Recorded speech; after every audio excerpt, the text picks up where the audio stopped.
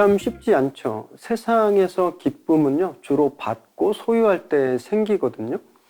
그래서 주고 포기할 때 기쁘다라는 개념을 설득하고 이해시키기가 정말 어렵습니다. 그런데요, 꼭 그런 것만은 아니에요. 신앙인이 아니더라도 주는 기쁨을 누리는 분들이 있죠. 빌 게이츠나 주윤발처럼 평생 벌어놓은 재산을 사회에 환원하거나 기부하는 분들 우리가 보고 있다는 거예요. 그런 분들이 주는 기쁨, 그것을 아는 사람들이라고 할 수 있죠. 그런데 이런 분들을 보면요, 사실은 경쟁에 이기고 승리한 사람들입니다. 그러면 우리가 이걸 보고 아이들에게 이렇게 가르칠 수 있죠. 야, 절대 지지 마, 손해보지 마, 꼭 이겨. 그리고 나중에 승리자가 돼서 기부하고 주는 기쁨을 누려라. 그런데 이 말은요, 어폐가 있습니다. 진짜 실현 가능성이 너무너무 어려운 일이에요. 왜냐하면 이 세상에 수많은 부자들이 있지만 아주 극소수만이, 아주 일부만이 기부 생활을 하고 있기 때문입니다. 돈이 많다고 하는 것이 절대 아니에요. 지금 안 하면 나중에 못 합니다. 없을 때 안 하면 있을 때도 못 하는 거거든요. 그러면 이런 불안함이 우리에 오겠죠. 그러면 아이에게 포기하고 저주라. 그랬다가 인생 망가지면 어떡할까라는 불안감이 당연히 들겠죠. 그런데 바로 그때 이 믿음과 신앙이 시작되는 겁니다. 그 불안함을 이기는 것, 그것이 믿음이고 훈련인 거예요. 그렇다고 절대 오해하시면 안 됩니다. 포기하고 져준다라는 건요, 무능하다라는 것 또는 자포자기하는 것과 전혀 다릅니다. 간단히 말씀드리자면 남에겐 져주지만 남에겐 져주는 거예요. 자기 자신과의 싸움에선 지면 안 되는 겁니다. 실력은요, 남들과의 싸움에서 얻어지는 게 아니거든요. 자기 자신과의 싸움에서 이겨야 실력이 생기는 거예요. 그러면 우리 아이들에게 이렇게 가르칠 수 있겠죠. 친구들한테는 양보하고 져줘. 그런데 너는 너 자신한테는 양보하지 말고 지지 마. 이런 훈련을 시킬 수 있는 겁니다. 그러면 이 아이는 커서요, 손해봐도 져도 실제 이기는 삶을 살 수 있게 되는 거죠. 저는 우리 믿음의 엄마 아빠들이 이런 교육을 아이들에게 시키면 좀 좋을 것 같고요. 이렇게 성경적인 방법으로 아이들을 키울 때 저는 우리 아이들이 미래의 주역으로, 주인공으로 당당히 서게 될 거다. 저는 그렇게 확신합니다.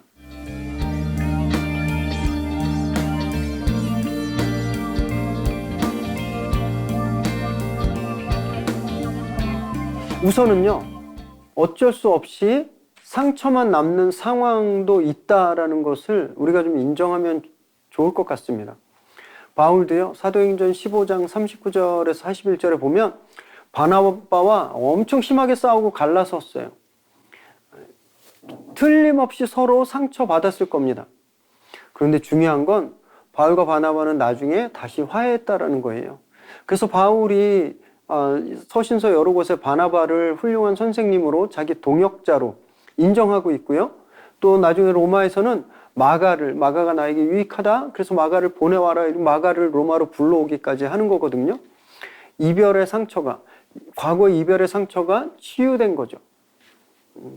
그래서 우리는요, 과거의 관계가 깨져서 상처가 남은 이별이 있다고 한다면 우리는 그 상처를 회복하고 또 그분과 화해하도록 노력해야 됩니다. 그거보다 훨씬 더 좋은 것은 아예 헤어질 때 원한이 쌓이지 않도록 내 쪽에서, 상대방 쪽이 아닙니다. 쪽에서 최선을 다하는 것, 저는 이것이 굉장히 지혜롭다고 생각하는데요. 물론 내 감정이 다칠 수 있어요. 나는 열심히 하려고 그랬는데 저 사람이 안 들어줄 때 내 감정 다치는 거죠. 그러나 내 입장에서 상대방이 노여워하지 않도록, 상대방이 원망을 품지 않도록 최선을 다하는 것, 여러분 그것이 나중에 훨씬 더 좋은 결과를 가지고 옵니다. 적은 힘으로 큰 일을 막을 수 있는 그런 지혜로운 방법인 거예요.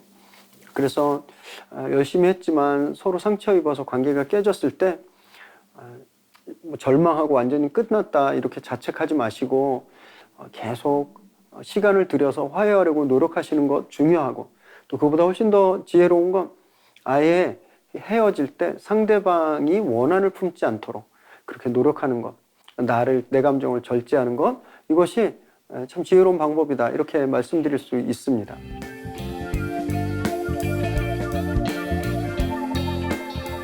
하나님께서 음성으로 지금이야, 지금 떠나 이렇게 해주시면 정말 좋은데요.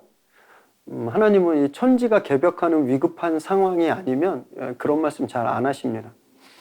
우린 성경에 나오는 인물들이 다 하나님의 음성을 들었기 때문에 모두 다 그렇게 듣는다고 생각하는데 이거 정말 큰 오해입니다.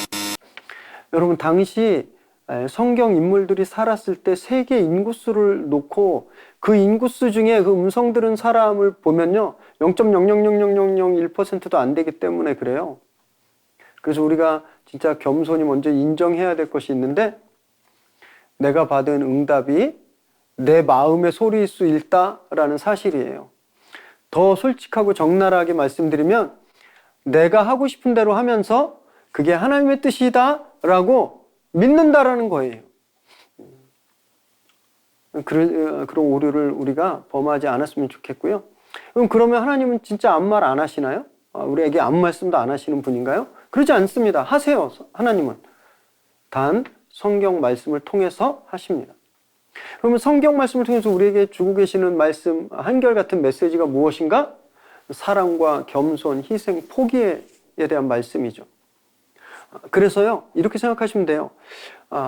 사랑 때문에, 겸손 때문에 희생하고 포기로 인한 이별이라면 하나님이 말씀하신 거죠. 하나님이 이별할 때를 알려주신 거예요. 그런데 그렇지 않고 이별하는 이유가 미워하는 감정, 불편함 때문이라면 그건 하나님께로부터 온 응답이 아닙니다. 왜? 하나님의 말씀이 아니기 때문에. 그래서 내가 정말 이 공동체를 떠나야 될까? 이 고민하실 땐 제일 먼저 자기 감정을 솔직하게 먼저 살피시면 좋겠어요. 그 감정을 성경 말씀에 비춰보시기 바랍니다. 그러면 떠나야 할 때, 이별해야 할 때를 우리가 좀 더 분명히 알 수 있게 되는 거죠.